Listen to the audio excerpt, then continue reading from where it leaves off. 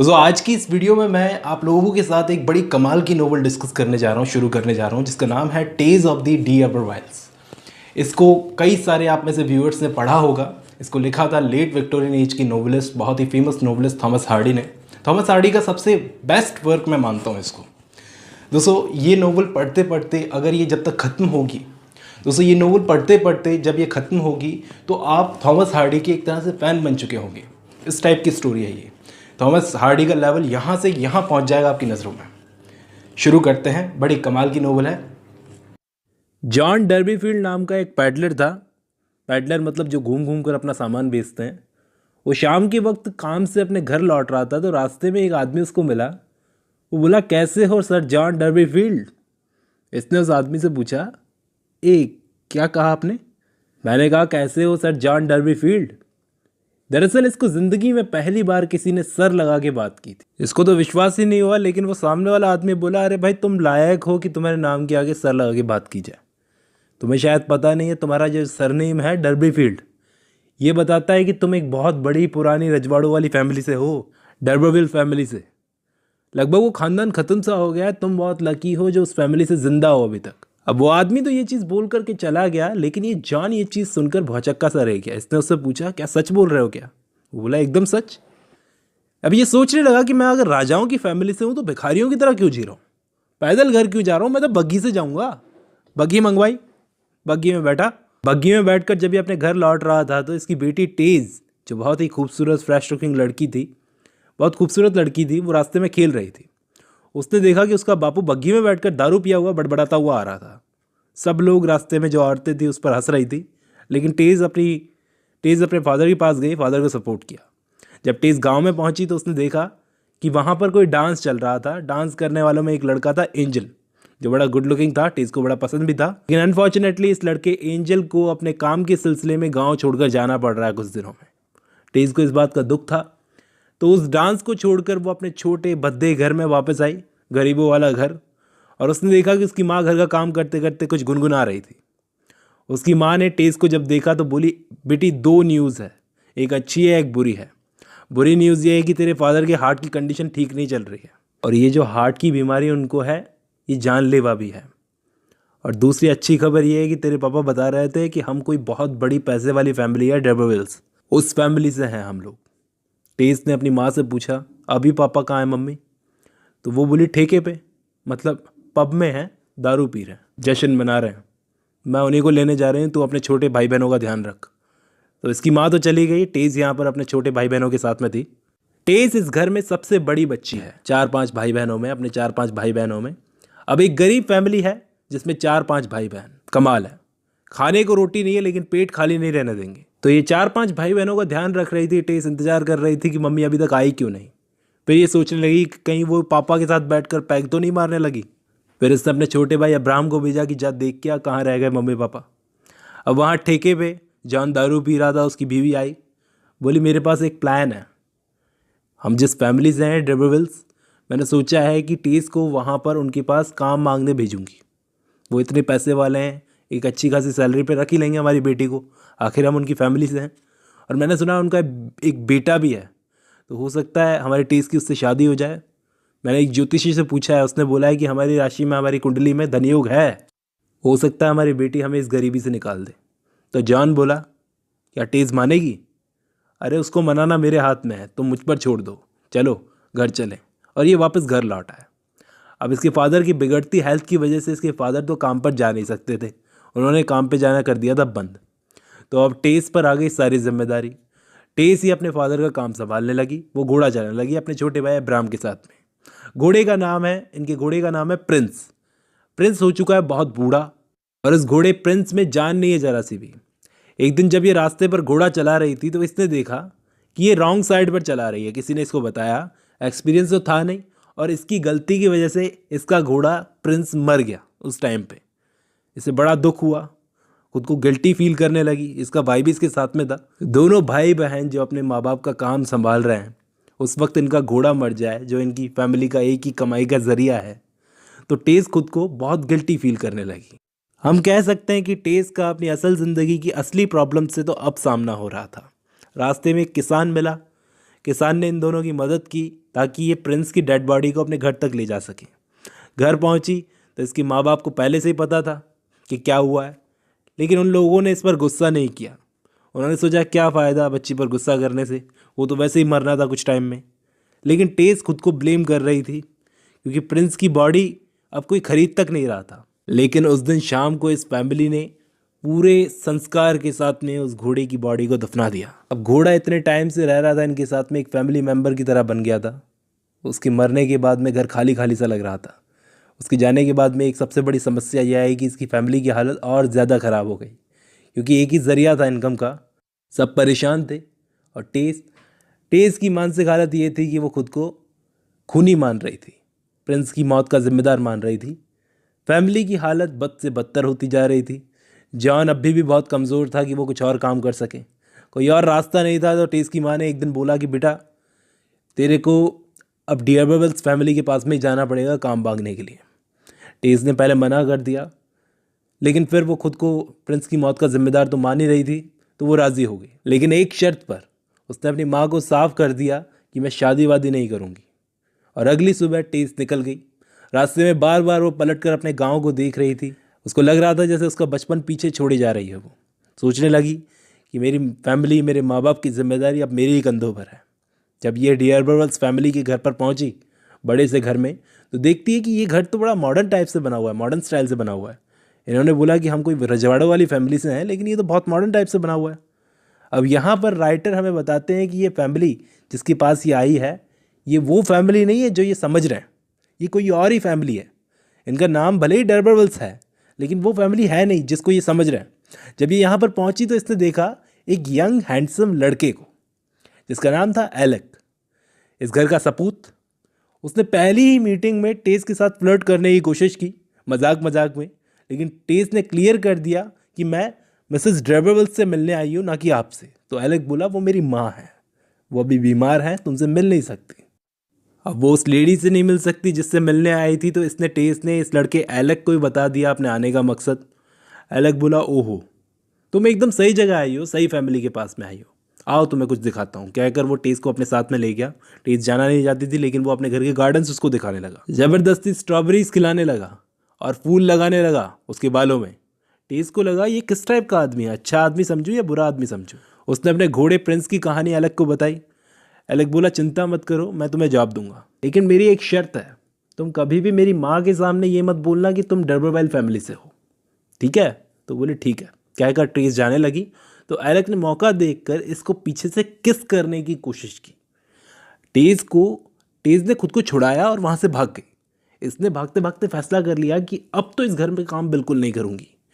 इस लड़के की नीयत ठीक नहीं है, घर जाके माँ को सब बता दूंगी। लेकिन घर पहुंचने से पहले ही इसके घर पर एक लेटर पहुंच चुका था। एलेक ने खुद दिया था ला करके लेटर कि हमारी तरफ से आपकी बेटी को हम काम पर रख रहे हैं, हमने आपकी बेटी को काम पर रख लिया है और हम अच्छा पैसा देंगे आपकी बेटी को। इसकी माँ तो बिल्कुल लेटर पढ़ के नाचने लगी, लेकिन टेस बड़ी अनकंफर्टेबल थी। उसने अपनी माँ से कहा मम्मी मैं वहाँ काम नहीं करूँगी। लेकिन क्यों, उसकी माँ ने पूछा। वो बता नहीं सकी कि क्यों, आखिर किस मुंह से बोलती कि उस लड़के ने क्या करने की कोशिश की। इसकी माँ तो बोली एलेक बहुत अच्छा लड़का है, हैंडसम लड़का है, शायद वो तुझे पसंद भी करता है, तभी तो यहाँ तक लेटर देने आया। हो सकता है फ्यूचर में वो तुझसे शादी भी कर ले, मैंने देखा है उसके हाथ में एक हीरे की अंगूठी थी। टेस काफ़ी देर तक अपने मरे हुए घोड़े के बारे में सोचती रही। इसके छोटे भाई बहन भी इसको बोलने लगे अरे जाना, क्या दिक्कत है तेरे को, अपनी तो फैमिली है वो भी। आखिर इसने जाने का फैसला कर लिया, लेकिन फिर अपनी माँ से बोली कि सिर्फ मैं वहाँ पर पैसा कमाने जा रही हूँ, शादी वादी नहीं करूँगी। और इस भरोसे पर जाने को तैयार हो गई कि हाँ वहाँ पर एक औरत तो है ही ना, और एक औरत की मौजूदगी में मैं सेफ फील करती हूँ। इसके बाद इसकी माँ ने इसको तैयार किया, इसकी पूरी फैमिली ने इसको गुड बाय किया। यहाँ टेस के माँ बाप को तो लग रहा है कि एलेक बहुत ही अच्छा लड़का है, वो हमारी बेटी से शादी कर लेगा, उसको हमारी बेटी पसंद आ गई है क्योंकि वो हमारी बेटी को लेने आया था। यही गलती हो जाती है लापरवाह माँ बाप से। उनको लगता है कि लड़का अच्छा है, शादी करना चाहता है, लेकिन उसके इंटेंशंस क्या है वो लड़की ही जानती है। टेस बहुत ही घबराई हुई थी क्योंकि वो गाड़ी बहुत तेज चला रहा था। वो एलेक से बोली कि गाड़ी थोड़ी धीरे कर लो, फिर वो हंसने लगा। ये अभी भी टेस को शेड्यूस करने की कोशिशें कर रहा था। इसने उससे पूछा कि किस कर लूँ, वो मना करती रही। उसने मना किया तो इसने घोड़े को और तेज कर लिया। टेस की टोपी उड़ गई, उसने गाड़ी रुकवाई कि रोको, और अपनी टोपी उठाई और बोली कि मैं तुम्हारे साथ नहीं आ रही, पैदल आ जाऊंगी मैं। फिर उसको थोड़ा डर सा लगा, इसने टेस को मनाने की कोशिश की कि अब नहीं करूँगा, आओ बैठ जाओ। अगर बात यहाँ पर टेस की फैमिली की ना होती और मरने की ना होती तो ये इतना सोचती भी नहीं। मजबूरी है, इसलिए ये फ़ायदा उठा रहा था इसका। अब वहाँ पहुँच कर इसको क्या पता चला, इसको बहुत ही शॉकिंग न्यूज़ लगी कि मिसेस डर्बरविल ब्लाइंड है, अंधी है, कुछ देख नहीं सकती। इसका डर और बढ़ गया। इसको लग रहा था कि एक औरत की मौजूदगी में इसको डर नहीं लगेगा, लेकिन वो तो ब्लाइंड थी। वो अपनी आर्म चेयर पर बैठी हुई थी, टेस से बात करने लगी। लेकिन इतनी देर उस लेडी से बात करने के बावजूद टेस ने एक बार भी नहीं कहा कि मैं आप ही की फैमिली से हूँ, क्योंकि एलेक ने मना किया था ना कि मेरी माँ के सामने ये मत बोलना कि मैं डर्बरविल फैमिली से हूँ। अब टेस ने यहाँ आकर दो चीज़ें नोटिस की। सबसे पहले तो ये दोनों माँ बेटे में बनती नहीं थी। दूसरी बात कि अभी तक इस लेडी ने अपने रजवाड़े वाली फैमिली होने की बात नहीं की, अभी तक एक बार भी ये बात नहीं निकली है। अब अगले दिन से टेस ने अपना काम करना शुरू कर दिया। वो चुपचाप अपना काम करती। एलेक भी उसे अब शेड्यूस करने की कोशिश नहीं करता था और वो टेस से कहता था कि तुम तो मेरी कज़न हो। टेस ने भी उसके सामने शर्माना बंद कर दिया था। एलेक ने उसे बोला कि मेरी माँ थोड़ी अजीब है, उनसे थोड़ा बचकर रहना। अब दोस्तों क्या है कि इस जगह पर लोगों को शाम के वक्त दारू पीना बहुत पसंद है, पार्टी करना बहुत पसंद है। टेस को ऐसे जाने में अच्छा नहीं लगता था, लेकिन एक दिन उसने सोचा कि जाकर देखती हूँ। उसे मज़ा आया और वो दूसरी औरतों के साथ रोज़ जाने लगी। कभी कभी अकेले भी चली जाती थी, लेकिन लौटते वक्त औरतों के साथ में सेफली घर लौट आती थी। लेकिन एक दिन हुआ क्या कि ये फंस गई। इसको घर जाना था और इस वक्त डांस चालू था। इसने एक बार अंदर जाके पूछा क्या कोई उस तरफ जा रहा है, लेकिन कोई नहीं जा रहा था क्योंकि डांस अभी चालू था। इसको लग रहा था डर, और ये अकेली घर जाए कैसे। अब इसको एलेक मिला। उसने इसको ऑफर दिया कि मैं ले चलूँ तुम चाहो तो उसने मना कर दिया, मैं तुम्हारे साथ नहीं जाऊँगी। अब वहाँ खड़ी रही, डांस खत्म होने का वेट करती रही। दूसरी औरतों को अपनी बड़ी बड़ी गाड़ियों में बैठकर जाते हुए देख रही थी। अब ये अकेले सोचने लगी कि अब घर अकेले ही जाना पड़ेगा, कोई और जाने को तो है नहीं। आखिर इसको एलेक फिर से मिला अपने घोड़े पर। बोला चलो छोड़ देता हूँ, क्या इतनी नाराज़गी है। और अब की बार ये टेस मान गई। ये दोनों घोड़े पर बैठकर जाने लगे। टेस को बड़ा अनकंफर्टेबल सा फील हो रहा था इसके साथ में। एलेक ने पूछा तुम मुझसे इतना दूर दूर क्यों रहती हो। तो ये बोली क्योंकि मैं तुम्हें पसंद नहीं करती, प्यार नहीं करती तुमसे। अरे शायद तुमको इस बात पर गुस्सा आता है कि मैं हर वक्त फ्लर्ट करता रहता हूँ। वो बोली हाँ। अब राइड करते करते टेस को तो आ रही थी नींद, और इसने मौका देखकर एलेक ने उसके कंधे पर हाथ रखा। लेकिन टेस को नींदों में भी इतना होश था कि इसने मेरे कंधे पर हाथ रखा है, तो उसने हटा दिया उसका हाथ। अब एलेक को आ गया गुस्सा। वो गाड़ी को घर ले जाने की बजाय जंगलों की तरफ ले गया। अब काफ़ी देर तक गाड़ी चलते चलते इसको एहसास तो हो गया था टेस को कि गाड़ी घर को नहीं जा रही। टेस ने पूछा हम लोग कहाँ जा रहे हैं। उतारो मुझे, अभी नीचे उतारो। अरे क्या करोगी उतर के, हम तो घर से मीलों दूर हैं, चारों तरफ धुंध है, बहुत शौक है तुम्हें उतरने का। लो उतर जा, चाहे ढूंढ ले अपना रास्ता खुद ही। इतना कहकर वो चला गया और टेस यहाँ पर रोने लगी। रो रो कर ये जंगलों में यहीं पर सो गई। और ये फिर वापस लौट कर आया तो इसने क्या देखा, ये तो सो गई। और इसने मौका देखकर वहीं पर टेस का रेप कर दिया। उस वक्त वहाँ कोई भी नहीं था जो टेस को बचा सके। कहानी कुछ हफ्तों आगे जाती है। कुछ हफ्तों बाद टेस अपने हाथ में एक हैवी सा बास्केट लेकर 20 मील पैदल चलती चलती अपने माँ बाप के घर जा रही थी। रास्ते में वो रो रही थी और सोचने लगी कि भगवान ने मुझे लड़की बनाकर पैदा ही क्यों किया। घर पहुंची तो माँ ने इसे देखकर बड़ी खुशी व्यक्त की। लेकिन जब टेस ने अपनी सारी बात अपनी माँ को बताई कि क्या क्या हुआ है, और वो बोली कि वो फैमिली डर्बरविल फैमिली नहीं है, इसकी माँ को आया गुस्सा। बोली ज़रा सी केयरफुल नहीं रह सकती थी तू, और गाली देने लगी। टेस बेचारी ज़मीन पर गिर गई और रोने लगी।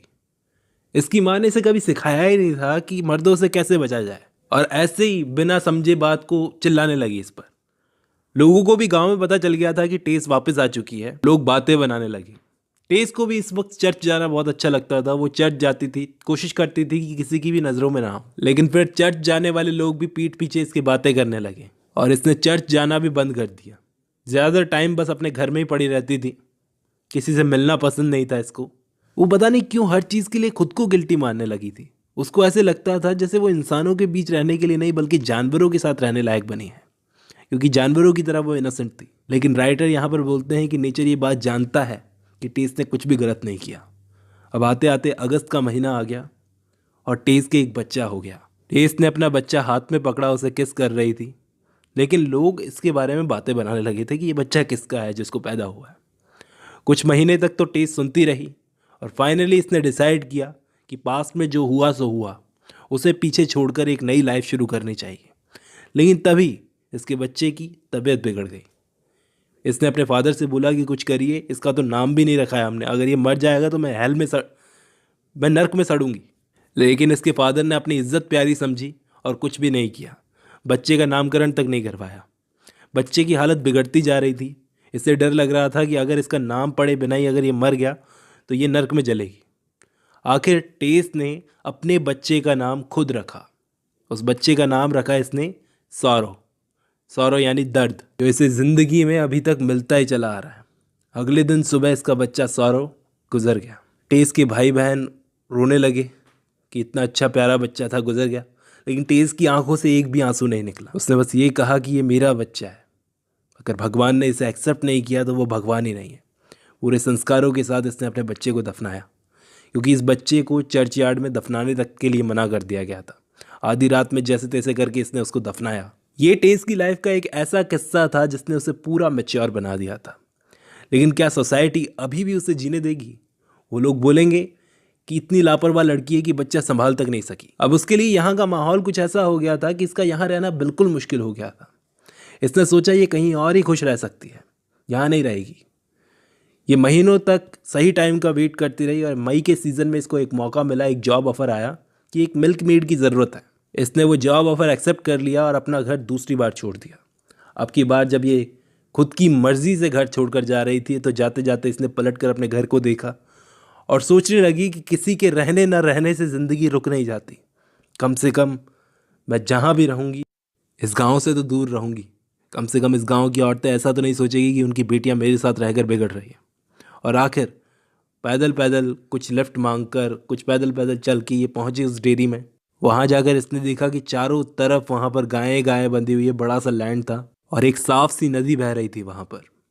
इसकी उम्र इस वक्त 20 साल है और इसके सामने एक बड़ी सी जिंदगी पड़ी हुई है। अपना पास भुलाकर ये एक अच्छी लाइफ शुरू कर सकती है। अब टेज यहाँ पर आई है डेयरी में, फार्म में काम करने के लिए। यहाँ डेयरी फार्म का माहौल कुछ ऐसा था कि लोग यहाँ वहाँ भाग रहे थे, सब बिजी थे अपने काम में, सब अपने काम में लगे हुए थे। और इस फार्म के मालिक का नाम है रिचर्ड, जिसने अच्छे खासे कपड़े पहने थे। तो टेज ने उसे देखते ही पहचान लिया। उसने टेज से पूछा किस खानदान से हो। टेज ने टॉपिक चेंज कर दिया। उसने टेज से पूछा तुम्हें दूध निकालना आता भी है या फिर ऐसे ही आ गई। फिर उसके बाद कुछ टेस्ट किए और उसके बाद टेज को काम पर रख लिया। और कोई डाउट नहीं था कि टेस इस काम में भी बहुत ही अच्छी थी, बहुत ही माहिर थी। वो ऐसी गायों से भी दूध निकलवा लेती थी जिनसे दूध निकलवाना बहुत मुश्किल था। गाना गाती थी दूध निकालते वक्त। अब यहाँ एक लड़का था फार्म पर काम करता था जो बड़ा हैंडसम था। जैसे देखकर टेस को याद आया कि ये तो एंजल है। एंजल कौन? इसके बचपन का प्यार, जो बड़ा ही हैंडसम हो गया था, बड़ा हो गया था। ये भी इस फार्म पर काम करता है। ये इतना हैंडसम था कि फार्म में काम करने वाली सारी लड़कियां, बहुत सारी लड़कियां इसकी दीवानी थी। टेस के साथ काम करने वाली एक लड़की बोली, मैंने सुना है ये एंजल प्रीचर का बेटा है, शायद इसे भी प्रीचर ही बनना चाहिए, लेकिन समझ नहीं आ रहा कि ये इस फार्म पर काम क्यों कर रहा है। मैं बताता हूँ, ये एंजल एक प्रीचर का सबसे छोटा बेटा है और यही एक है अपने भाइयों में जिसके पास यूनिवर्सिटी की डिग्री नहीं है। बाकी इसके भाई कैम्ब्रिज से पास आउट है। और इसके बाप ने एक दिन देखा कि ये फिलॉसफी की बुक्स पढ़ रहा है। बेटे को फिलॉसफी में इंटरेस्ट देखकर बाप को आया गुस्सा। एक दिन एंजल ने भी बोल दिया कि मैं प्रीचर नहीं बनना चाहता। तो बाप ने बोला कि अगर प्रीचर बनना ही नहीं है तो यूनिवर्सिटी की पढ़ाई क्यों कर रहा है। तो पढ़ाई भी छुड़वा दी। लंदन चला गया, 2 अफेयर भी किए, भाग आया, इस गांव में काम करने लगा। सोचा किसान बनूंगा और फिलॉसफी पढ़ूंगा। फिलॉसफी पढ़ते पढ़ते बोर हो गया। ऐसे ही गांव के लोगों के साथ काम करके, खाना खा के इसको प्रैक्टिकल लाइफ में ज़्यादा मजा आने लगा। और अभी तक इसने नोटिस नहीं किया है कि टेस भी यहीं पर इसी फार्म पर काम करती। जैसे इसका ध्यान उस पर गया तो न जाने इसको क्या मिल गया हो। ये टेस को देखता ही रहा। टेस का फेस इसको बड़ा इनोसेंट सा लगता था। अब एक दिन एंजल अकेले में बैठे सितार बजा रहा था। पीछे से टेस चुपचाप आकर उसको देखने लगी गार्डन में। तब टेस के हाथ पर कोई कीड़ा चढ़ गया। ये चिल्लाने लगी। एंजल भागकर इसके पास आया और इसके बाद दोनों एक दूसरे को अच्छे से जानने लगे। इससे पहले इन दोनों ने बात नहीं की थी। टेस को बड़ा अफसोस होता था कि ये इतनी पढ़ी लिखी नहीं है। एंजल बोला, तो क्या हो गया, मैं तुम्हें पढ़ाऊंगा ना। काफ़ी देर तक एंजल से बात करने के बाद में ये सोचती कि मैं भी कैसी बेवकूफ़ों जैसी बातें करती हूँ। वो भी क्या सोचता होगा कि मैं कितनी बुद्धू हूँ। कहीं इसको मेरे पास्ट के बारे में पता चल गया तो क्या सोचेगा। यही सोचती रहती, यही इसके दिमाग में चलता रहता। टाइम गुजरता गया। डेयरी में सारे के सारे वर्कर्स अपने काम में लगे हुए थे, खुश थे। टेस और एंजल भी बहुत करीब आ गए थे टाइम के साथ में, अच्छे दोस्त बन गए थे। लग रहा था जैसे टेस की ज़िंदगी में वापस खुशियाँ आ रही है। एंजल एक अच्छा लड़का था, इसमें कोई शक नहीं है, क्योंकि अभी तक इसने टेस से इस सब दोस्ती के बदले कुछ नहीं मांगा। ये दोनों ज़्यादातर टाइम अपना साथ में गुजारते थे। पूरे फार्म को पता चल गया था कि ये दोनों एक दूसरे को पसंद करते हैं, यहाँ तक कि फार्म के मालिक और मालकिन को भी। लेकिन फिर भी टेस की फ्रेंड्स उससे बोलने लगी कि क्या फ़ायदा, क्योंकि वो तो इतनी बड़ी फैमिली से है, तो उससे शादी क्यों करेगा, अपनी जैसी ही किसी से करेगा। अब वो तो ऐसे मजाक करके सो गई, लेकिन टेस को पूरी रात नींद नहीं आई, उसकी नींद तो हराम हो गई। आखिर ठीक ही तो कह रही थी वो, मेरा पास जानकर वो मुझसे शादी क्यों करेगा, मैं तो उसके लायक ही नहीं हूँ। और फिर टेस कोशिशें करने लगी कि एंजल मेरी किसी फ्रेंड को पसंद कर ले, मैं उससे जितना दूर रहूँ उतना बेहतर है। अब एक संडे के दिन टेस अपनी फ्रेंड के साथ में चर्च घूमने गई। ये पहली बार था जब टेस कहीं बाहर गई थी, जब से इस डायरी फार्म में आई है वो चर्च गई थी, लेकिन रास्ते में ये फंस गई अपने फ्रेंड्स के साथ में। और एंजल आ गया हीरो बनकर लड़कियों को बचाने के लिए, एक एक करके पूल से उनको बचाया। और फाइनली जब टेस का नंबर आया, टेस की बारी आई, तो ये दोनों शर्मा रहे थे। पीछे से बाकी लड़कियां हंसकर कमेंट कर रही थी कि सही है सही है। और आज टेस को कहीं ना कहीं एहसास हुआ कि ये भी एंजल से प्यार करती है, लेकिन फिर भी इसने फैसला किया कि अभी भी अगर एंजल इससे शादी के लिए पूछेगा तो वो मना कर देगी। और उस रात जब ये अपनी फ्रेंड्स के साथ में बैठी थी, तो एक लड़की बोली, मैंने सुना है कि एंजल के घर वालों ने उसके लिए कोई डॉक्टर की बेटी चुनी है। दरअसल इन लड़कियों के बीच में ज़्यादातर एंजल की बातें होती रहती थी, एंजल इनका फेवरेट टॉपिक था। वो बोली कि डॉक्टर की बेटी चुनी है। सारी लड़कियों को दुख तो हुआ, लेकिन जताया किसी ने नहीं। टेस ने तो उम्मीद ही छोड़ दी थी पहले ही कि एंजल से उसकी शादी होगी। अब तो पक्का यकीन हो गया था कि एंजल आखिर मुझसे शादी क्यों करेगा। अब फार्म में काम करने वाले सारे वर्कर्स, बर्ड्स, गायें, ये सारे छाया तलाश रहे थे, क्योंकि गर्मी का सीज़न था, हवा तलाश रहे थे। और उस दोपहर टेस अपनी फेवरेट गाय का दूध निकाल रही थी। एंजल उसे देख रहा था।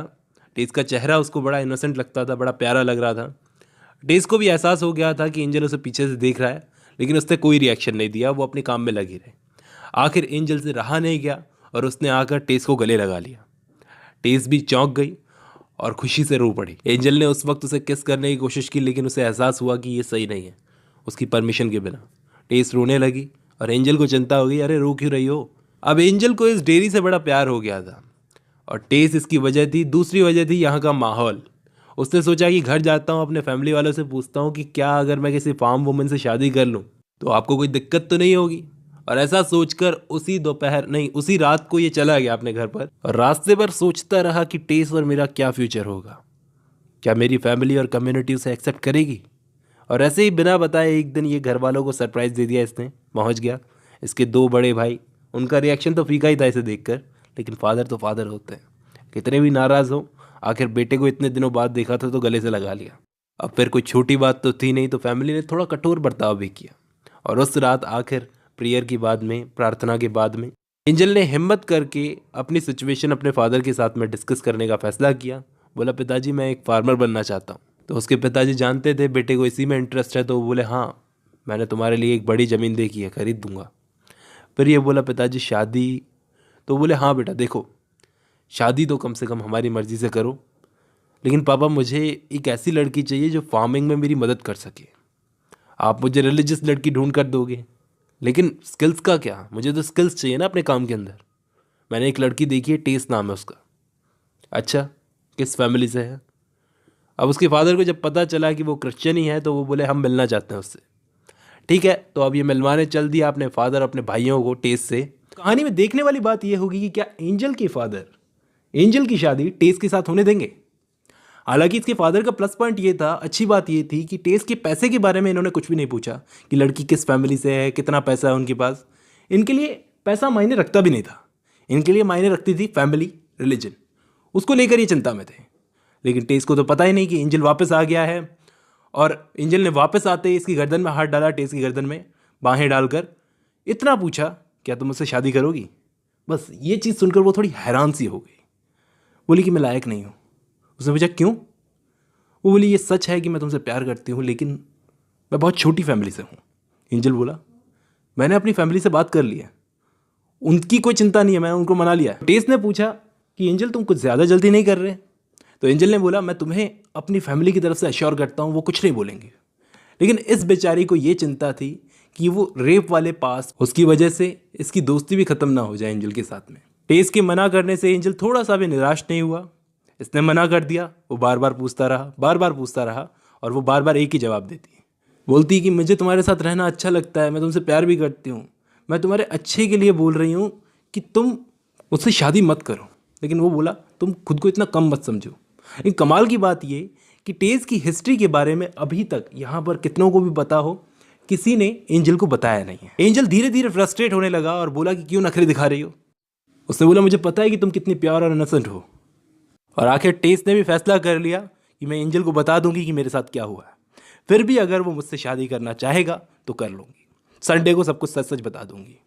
अब उसे खुशी और बेचैनी दोनों हो रही थी, काम में मन भी नहीं लग रहा था। गुजरते दिनों के साथ में सैटरडे भी आ गया और इसका डर और भी बढ़ गया। उसने कोशिश भी की बताने की, लेकिन बहुत गट्स चाहिए बताने के लिए, वो बता नहीं पाई। अब उसने क्या है, अपनी माँ को लेटर लिखा कि मैंने लड़के को अपनी फैमिली के बारे में बता दिया है, कोई प्रॉब्लम नहीं है इसको। तो इसकी माँ बोली तो क्या दिक्कत है, कॉन्ग्रेचुलेशंस, लेकिन बेटी उसे वो बात मत बताना, ठीक है, तू बड़ी सीधी बच्ची है, तू सब सच बता देती है किसी को भी। लेकिन टेस सोचने लगी कि ये बात छुपाना ठीक नहीं होगा, ये तो बतानी पड़ेगी।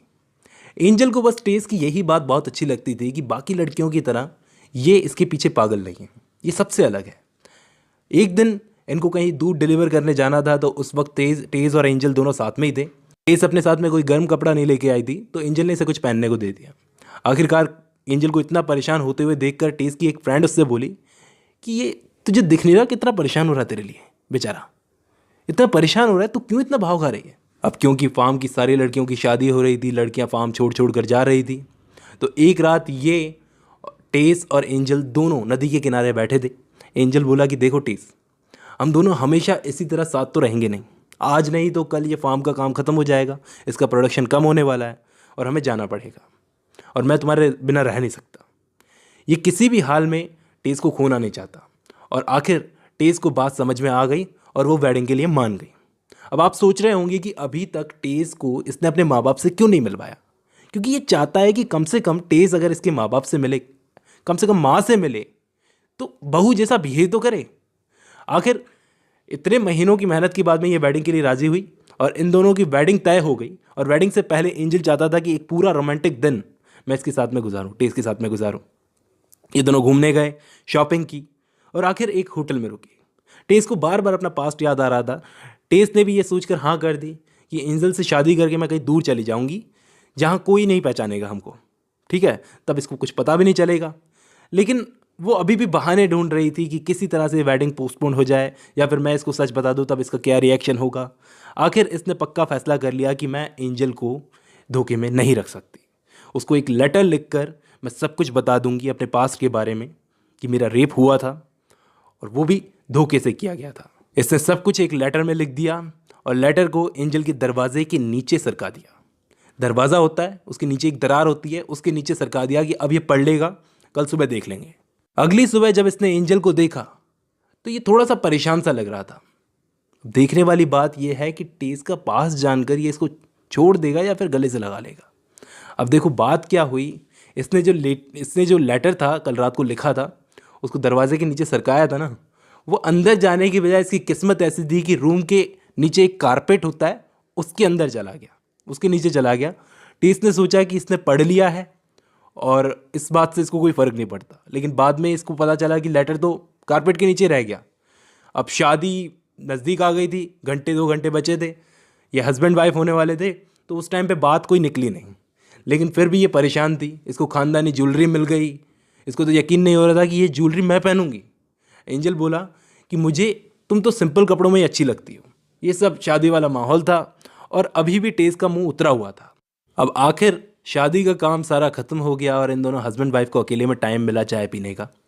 तो उस वक्त ये दोनों बैठ कर के चाय पी रहे थे, तो एंजल बोला कि मुझे कुछ बताना है तुमको, एक्चुअली कन्फेस करना है। ये सोची कि क्या कन्फेस करना है, तो वो बोला देखो मैंने आज तक तुमको ये बात बताई नहीं क्योंकि मैं डरता था कि मैं तुमको कहीं खो ना दूँ। अब तो तुम मेरी वाइफ हो। देखो मैं अब रिलीजियस आदमी नहीं हूँ, धर्म को मैं अभी भी मानता हूँ, लेकिन मैं रिलीजियस नहीं रहा, प्योर नहीं हूँ, क्योंकि मैं लंदन गया था कुछ सालों के लिए। एक बड़ी एज वाली वुमन के साथ में मैंने रात गुजारी थी, 2 दिन गुजारे थे। तुम मेरी वाइफ हो तो बताना ज़रूरी है, मुझे माफ़ कर दो टेस। उसने टेस का हाथ थामा, टेस ने भी उसका हाथ थामा, पकड़ा, दबाया और बोली कि तुमने ये मुझे बात बता दी, यही बहुत बड़ी बात है। अब टेस को कुछ शांति मिली ये बात सुनकर कि अगर इसने मेरी स्टोरी बताई है तो इसकी स्टोरी और मेरी स्टोरी सेम है, तो मैं भी अपनी स्टोरी इसको बता सकती हूँ, शायद ये मुझे माफ़ कर देगा जैसे मैंने इसको कर दिया। इसके बाद इसने एंजल का हाथ थामकर पूरी स्टोरी एंजल को सुनाई। जब स्टोरी खत्म हुई तो ऐसे लगा जैसे एंजल अभी तक पूरी बात को समझ नहीं पाया ढंग से। उसे लगा या तो टेज मजाक कर रही है या फिर वो पागल हो गई है। इतनी बड़ी बात तुमने मुझे पहले क्यों नहीं बताई? टेज बोली मुझे माफ़ कर दो। वो बोला अरे ये बहुत बड़ी बात है, माफ़ी के लायक नहीं है। तो देख रहे हो टेज कुछ ही मिनटों में इसके लिए बदल गई, एकदम बदल गई। ये ज़ोर ज़ोर से हंसने लगा, वो डर गई। वो बोली एंजल हम दोनों तो एक दूसरे से प्यार करते हैं ना? एंजल बोला मैं नहीं करता, जिससे करता था वो तुम नहीं हो, तुम अलग हो, तुम टेज नहीं हो। तो वो रोने लगी, पूछी क्या तुम मेरे साथ रहोगे? तो वो बोला अब तक सोचा नहीं है। टेज ने तो अब खुद को एंजल का नौकर सा मान लिया था, वो जो भी कहेगा मैं करूँगी। मतलब ये चीज़ ये दिखाती है कि आदमी कितना हिपोक्रेट होता है। एंजल घर छोड़कर चला गया, सोचने लगा क्या करूँ। टेज उसके पीछे पीछे चलने लगी। इसने पलट कर देखा, बेचारी मासूम सी खड़ी थी, जैसे वो रुक जाता रुक जाती, वो चलता चलती। इसने ध्यान ही नहीं दिया, चलने लगा। बहुत देर तक ये उसके पीछे पीछे चलती रही और रात होते होते ये वापस लौट आए। ये सो गई। एंजल सोचने लगा कि उसे क्या करना है। आखिर इसने इमोशनली सोचने की बजाय लॉजिकली और कोल्डली सोचना शुरू कर दिया। टेज बेचारी तो अभी भी इससे प्यार करती थी, लेकिन वो सुनने से इनकार कर रहा था इसकी बात।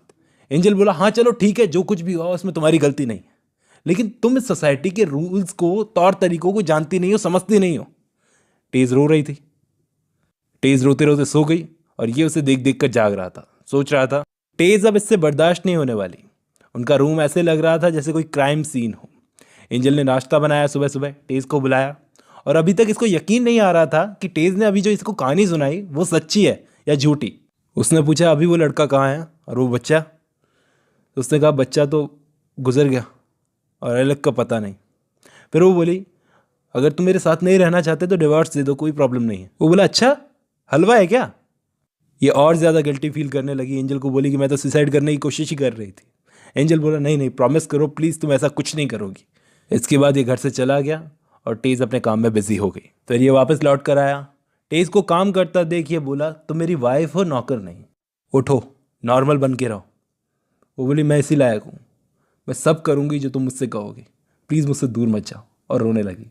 दया दिखाओ थोड़ी। वो बोला मैं तुमसे नफरत नहीं करता, लेकिन यहाँ बात प्रिंसिपल्स की है, सिद्धांतों की है। कुछ और दिन गुजरे। टेज बोली आजकल तो मुझे किस नहीं करते। फिर एंजल ने उसकी बात इग्नोर कर दी। टेज का दिल डूब गया। कुछ दिन और गुजरे। टेज की अब उम्मीद खत्म हो चुकी थी कि ये मुझे माफ़ करेगा, लेकिन मुझे समझ में नहीं आ रहा था कि ये माफ़ी किस बात की मांग रही है। आखिर इसके साथ जो कुछ भी हुआ इसकी गलती तो नहीं थी। आखिर एक दिन आके इसने टेज से बोल ही दिया कि मैं तुम्हारे साथ रह नहीं सकता, क्योंकि कोई फ्यूचर नहीं है हमारा, कोई फ्यूचर नहीं है हमारे बच्चों का। तेज ने सोचा एंजल अभी गुस्से में है इसलिए ये सब बोल रहा है, लेकिन वो सीरियस था। चीज़ें ठीक होने की उम्मीदें बिल्कुल ख़त्म हो गई थी, बिगड़ती सी गई थी। रात तो तब हो गई एंजल जब आधी रात में नींदों में चलता हुआ टेज के रूम में पहुंचा और नींदों में रोने लगा जैसे टेज मर गई हो। वो सब देखती रही लेकिन उसने एंजल को जगाया नहीं। अगली सुबह होते उसको तो याद ही नहीं रहा कि क्या हुआ है, क्योंकि एक तरह से बहुत अजीब हो रही थी चीज़ें। ये एंजल को कुछ भी बताएगी तो वो गुस्सा करेगा, तो वो कुछ बोलती नहीं थी।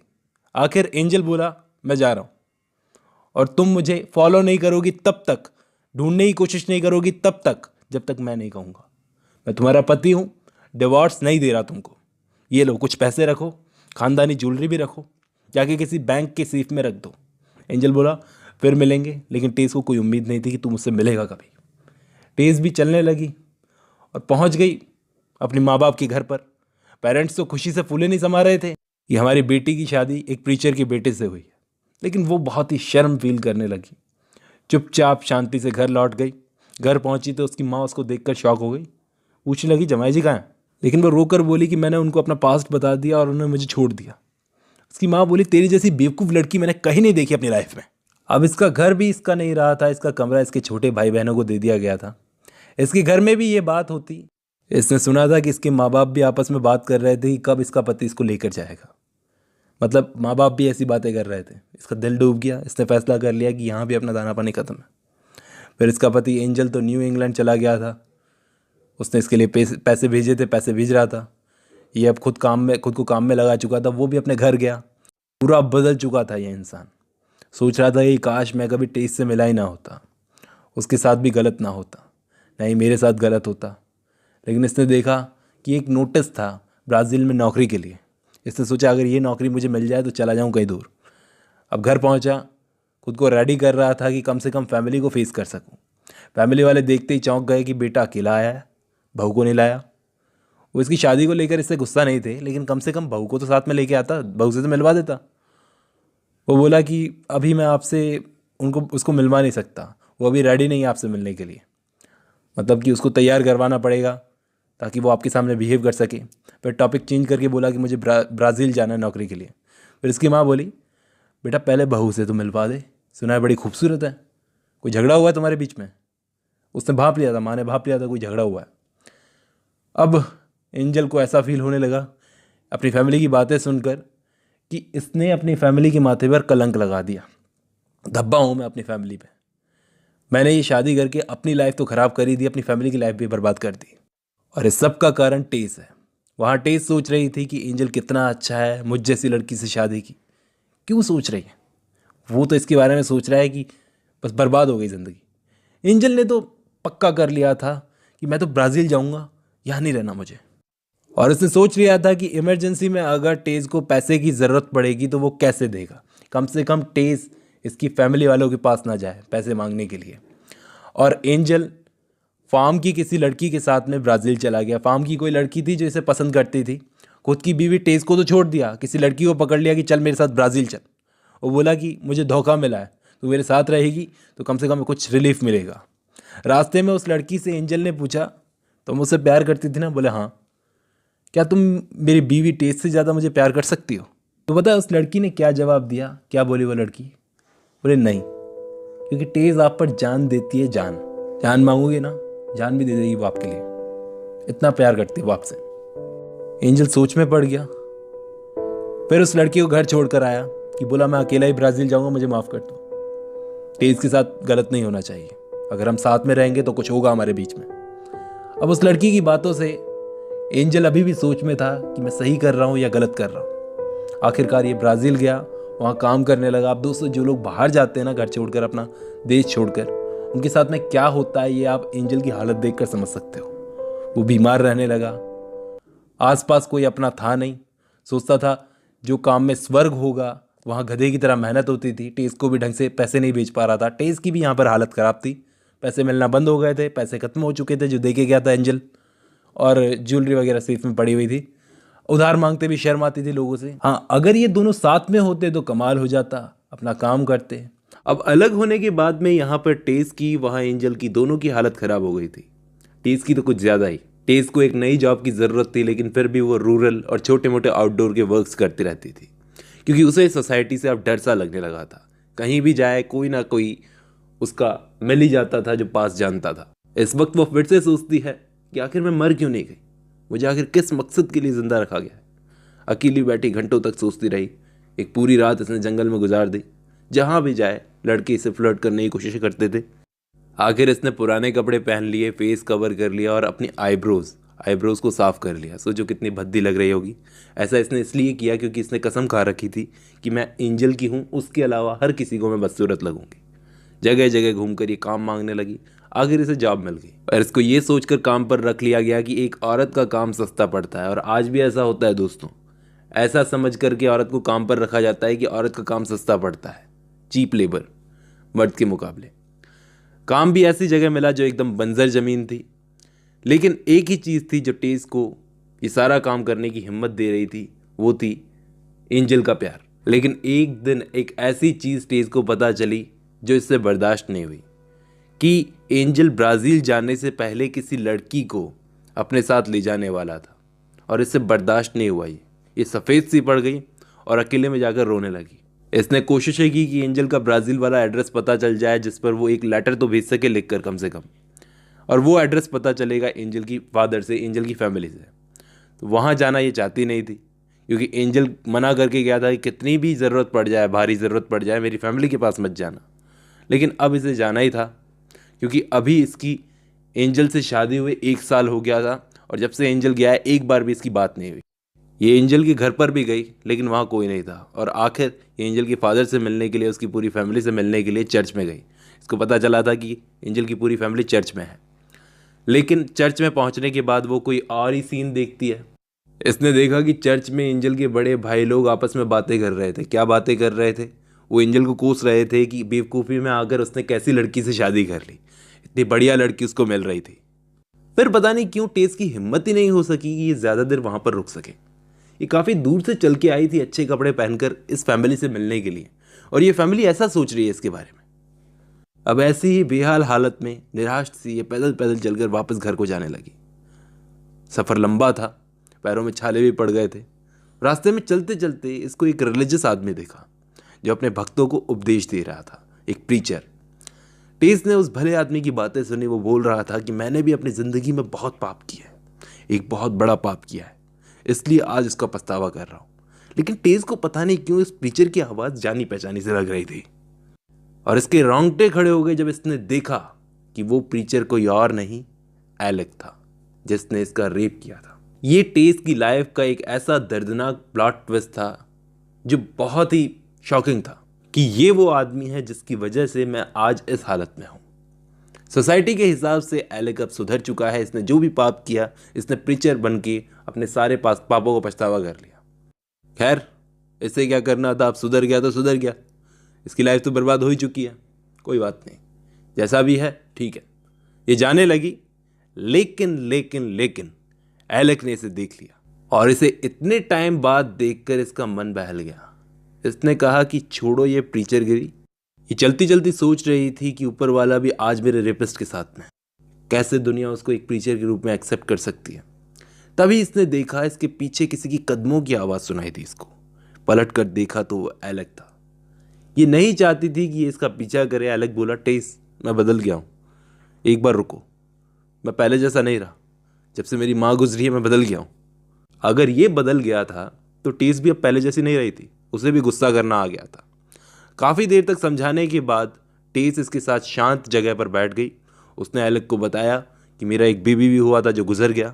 एलेक बोला, फिर मिलोगी ना? तो टेस बोली, मेरे करीब आने की कोशिश मत करना तुम। वो बोला, अब तो तुमसे डर लगता है टेस, मैं भगवान से तुम्हारे लिए दुआ करूँगा। एलेक खुद को ब्लेम कर रहा था कि मेरी वजह से टेस की लाइफ ख़राब हुई है, अब सारी प्रॉपर्टी मैं बेच दूंगा और अफ्रीका चला जाऊंगा एक मिशनरी बनकर। क्या तुम मेरी वाइफ बनकर चलोगी? एलेक ने उससे पूछा टेस से। टेस ने साफ इनकार कर दिया। इसकी शक्ल देखकर कोई भी कह सकता था कि इसे पछतावा है एलेक को। वो बोला, एटलीस्ट मुझे तुम्हारी फाइनेंशियली मदद तो करने दो। वो बोली, मैं मैरिड हूँ, तुम्हें समझ नहीं आ रहा क्या? तो मुझे अकेला छोड़ दो, जाओ यहाँ से। यहाँ ये एंजल के वापस आने की उम्मीद लगाए बैठी थी। एलेक इसे बोलता था कि अब नहीं आएगा वो, मुझसे शादी कर लो। जिन खेतों में ये काम करती थी ना, वहाँ पर बड़ी मेहनत होती थी। उस दिन कटाई का दिन था जब ये अपने काम में लगी हुई थी। एलेक वहीं पर आ गया, और कमाल की बात क्या थी कि इसने वो प्रीचर वाले कपड़े तो छोड़ दिए और जीन्स और टी शर्ट पहनकर आ गया, मॉडर्न कपड़े पहनकर। टेस को आके बोला, मैंने रिलीजन का रास्ता छोड़ दिया है, अब तुमसे शादी करके अपनी फैमिली बनाऊंगा। टेस का दिमाग हो गया ख़राब। उसने एलेक के गाल पर पूरी ताकत से एक तमाचा जड़ दिया। बोली, क्या है, क्यों परेशान कर रहे हो? अब की बार ऐसा लगा जैसे वाकई एलेक को बुरा लग गया। वो चला गया, लेकिन इसने टेस का पीछा नहीं छोड़ा। वो चुपचाप उसे देखता, उसको फॉलो करता। अब इसकी भी ज़िंदगी कैसी है टेस की। बचपन में फादर मिला शराबी, काम मिला तो रेपिस्ट के यहाँ पर, एलेक के यहाँ पर, और पति मिला जो छोड़कर भाग गया। अब कोई साथ भी नहीं है, और ऊपर से ये परेशान कर रहा है सो अलग। उस रात इसने पैशनेटली लेटर लिखा अपने हस्बैंड एंजल को कि वापस लौट आओ, तुम्हारे बिना मेरी ब्यूटी किसी काम की नहीं है, मैं ज़िंदगी भर तुम्हारी नौकर बन के रहूँगी, मुझे यहाँ अकेले डर लगता है, प्लीज़ वापस आ जाओ। लेकिन दोस्तों, ये लेटर एंजल को नहीं मिला, बल्कि ये लेटर मिला एंजल की फैमिली को। अब एंजल की फैमिली समझ नहीं पा रही थी कि चल क्या रहा है। अब एक शाम टेस अपनी छोटी बहन लीजा लू के साथ में काम कर रही थी खेतों का। काफ़ी देर तक काम करते करते उसने नोटिस ही नहीं किया कि उसके बगल में जो आदमी काम कर रहा था वो एलेक था। वो उसे देखकर शॉक हो गई तो वो हंसकर बोला, तुम तो ऐसे शॉक हो रही है जैसे मैं कोई सैटर्न हूँ और तुम ईव। फिर बोला कि तुम अपने माँ बाप के बारे में तो सोचो, अपने छोटे भाई बहनों के बारे में सोचो। अगर तुम्हारे माँ बाप गुजर गए तो तुम्हारे छोटे भाई बहनों को क्या होगा। और ऐसा ही हुआ। जिस दिन उसने ये बात कही उसी दिन स्टेस के फादर की डेथ हो गई। और इसके फादर की डेथ का मतलब ये हुआ कि ये लोग रोड पर आ गए, ज़मीन जायदाद से बेदखल हो गए, क्योंकि इनके फादर ने घर लीज पर ले रखा था और वो लीज होल्डर थे। वो ख़त्म, इनकी ज़मीन जायदाद सब खत्म। अब टेस की वजह से कोई इनकी हेल्प करने को भी तैयार नहीं था, घर में रुकवाने को राज़ी नहीं था। इस चीज़ ने टेस को बड़ा दुखी किया। एलेक दरवाज़ा बजाया जा रहा था उस वक्त। एलेक के लिए दरवाज़ा खोला टेस ने, तो इसको बड़ा गुस्सा आया ये जानकर कि गांव वाले टेस के साथ में ऐसा बिहेव कर रहे हैं। एलेक ने ऑफर दिया कि तुम मेरे साथ चल कर रहो। वो बोली थैंक्स, लेकिन अगर मुझे जाना होगा तो मैं अपने फादर इन लॉ के पास में जाऊंगी, वो मेरी मदद करेंगे, उनसे मदद मांग लूँगी। वो चुपचाप चला गया। टेस को लगा कि अब तो हद हो गई एंजल की नाराज़गी की। ऐसा क्या किया है जो मुझसे इतना नाराज़ है वो। टेस की माँ ने भी बोला, यार ये एंजल से अच्छा लड़का है, अच्छा हस्बैंड बन सकता है तेरा एलेक, तू मुझसे शादी कर लो, रोज़ आता है यहाँ पर, तेरे रोने का उस पर कोई असर नहीं होगा एंजल पर। अब ये फैमिली निकली घर छोड़कर, घर खाली करना था। लेकिन जहाँ पहुँचे वहाँ पर रेस्ट रूम ख़त्म हो गए। फिर उन्होंने चर्च में ही अपना सामान उतारा, वहीं पर जैसे तैसे चर्च के बाहर बिस्तर बिछा करके ये सोने लगे। लेकिन उसी वक्त एलेक फिर से आया और बोला, तुम किस मिट्टी की बनी हुई हो, जब मैं तुम्हारी हेल्प कर रहा हूँ तो क्यों नहीं ले रही मेरी हेल्प। अब इस बात को 1 महीना गुजर गया। इस बीच क्या हुआ क्या नहीं हुआ यहाँ पे राइटर ने बताया नहीं है। एक खबर मिली कि एंजल वापस आ रहा है। एंजल को बताया गया कि तुम्हारी वाइफ को वो एलेक ले गया। एंजल बिल्कुल बदल चुका था, पहचान में ही नहीं आ रहा था, एकदम पतला सा एजेड लग रहा था, क्योंकि वो अपनी फैमिली से दूर ब्राज़ील में काम कर रहा था। उसकी फैमिली ने टेस के लिखे सारे लेटर्स उसको दिखाए, जिन्हें पढ़ते पढ़ते इसको फील हुआ कि बहुत गलत हुआ बेचारी के साथ, वो मुझे कभी माफ़ नहीं करेगी। एंजल की आंखें भर आई। उसने सबसे पहले टेस को लेटर लिखा, जिसका जवाब टेस की माँ ने दिया कि बेटा टेस तो बहुत दूर चली गई, पता नहीं कहाँ।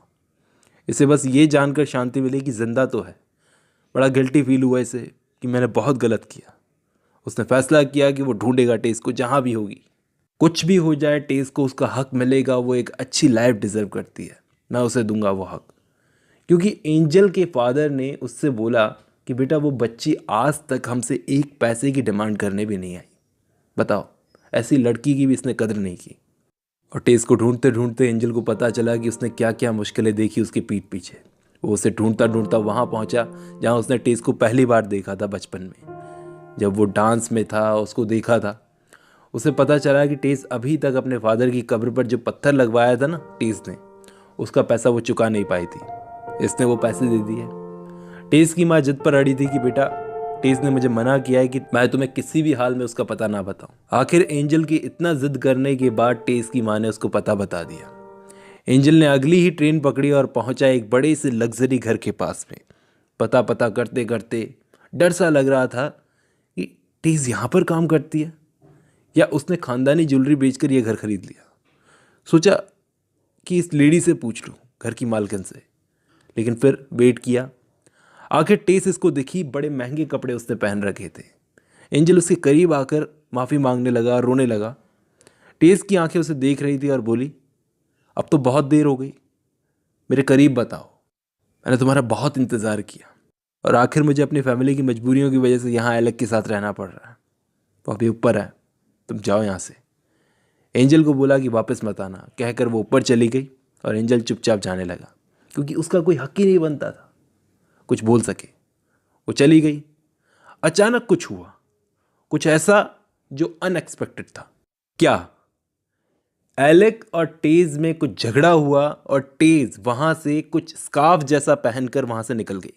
घर की मालकिन ने उसे देखा कि ये इस तरह जल्दी जल्दी कैसे निकल गई। जल्दी जल्दी वो घर से बाहर निकल गई। घर की मालकिन थी मिसेस ब्रूक्स। उन्होंने देखा कि कमरे के बाहर जमीन पर खून बहता हुआ आ रहा है और नीचे टपक रहा है। दरअसल टेस ने चाकू से एलेक का मर्डर कर दिया था। मिसेस ब्रूक ने पूरे घर में अलार्म बजा दिया कि मर्डर हो गया, मर्डर हो गया, टेस ने मर्डर कर दिया। ये न्यूज़ चारों तरफ फैल गई। एंजल जब रेलवे स्टेशन पर था तब उसे खबर मिली है। उसे तो यकीन ही नहीं हुआ कि टेस ने मर्डर कर दिया। लेकिन तभी इसने देखा पीछे से टेस आ रही थी जल्दी जल्दी। इसके करीब आकर इसको स्माइल करके देखती है और बोलती है कि एक बार फिर माफ कर दो। आज एंजल टेस का फेस देखकर सोच रहा था कि जितनी खुशी आज है मैंने इसको कभी पहले नहीं देखा, क्योंकि आज इसने अपने रेपिस्ट का मर्डर कर दिया और इसे कोई पछतावा नहीं है। उस रात ये दोनों एक साथ खुश थे। टेस को पता था कि मर्डर करने के बाद में ये बचने नहीं वाली, लेकिन ये बस आज जीना चाहती थी एंजल के साथ में आज का दिन। कल क्या होगा इसे कोई परवाह नहीं थी। ऐसे ही दिन गुजरते गए, 5 दिन गुजर गए, एकदम खूबसूरती के साथ में ये दिन गुजरे। पास्ट की कोई बात ये दोनों नहीं करते थे। बहुत अच्छे दिन, बहुत अच्छा वक्त इनका साथ में गुजरा। आखिर टेस ने एंजल से एक दिन पूछा कि अगर मैं चली गई तो क्या तुम मेरी बहन लीज़ा से शादी कर लोगे? वो बोली मेरे मरने के बाद मैं तुमसे ऊपर मिलूंगी, तुम्हारा इंतजार करूंगी जैसे अब तक करती आई। एंजल ने टेस को किस किया और रोने लगी। बोली वादा करो मिलोगे ना? बोलो। लेकिन वो चुप बना रहा। रात हो गई, दोनों सो गए। सुबह होते ही जब एंजल की आंख खुली तो उसने देखा कि 4 लोग खड़े थे। अब बताने की जरूरत नहीं थी कि वो टेस को अरेस्ट करने आए थे। वो उनसे बोला कि कम से कम इसकी नींद पूरी हो जाने दो, उसके बाद ले जाना। और एंजल ने एक आखिरी बार टेस का हाथ पकड़ा, उसे सोते हुए देखा। और सुबह होते ही टेस की आंख खुली, नजरें पड़ी पुलिस वालों पर और वो उसे ले गए। इसके बाद ये स्टोरी जंप करके जाती है जुलाई के महीने में। एंजल और लीज़ा लू, टेस की बहन लीज़ा लू, दोनों हाथ पकड़कर पहुंचे पहाड़ की एक चोटी पर। काफी देर तक टावर कॉर्नर के पोल पर नजरें जमाए बैठे थे ये दोनों। और जैसे ही घड़ी ने 8 बजाए, 8 बजे का टाइम हुआ, एक काला झंडा आसमान में ऊपर लहरा दिया गया। ये झंडा इस बात का सबूत था कि टेस की लाइफ की स्टोरी यही खत्म होती है। उसे लटका दिया गया, उसे फांसी दे दी गई, जिसे देखकर एंजल अपने घुटनों पर गिर गया, क्योंकि टेस अब इस दुनिया से जा चुकी थी और फाइनली उसके दुखों का अंत हुआ।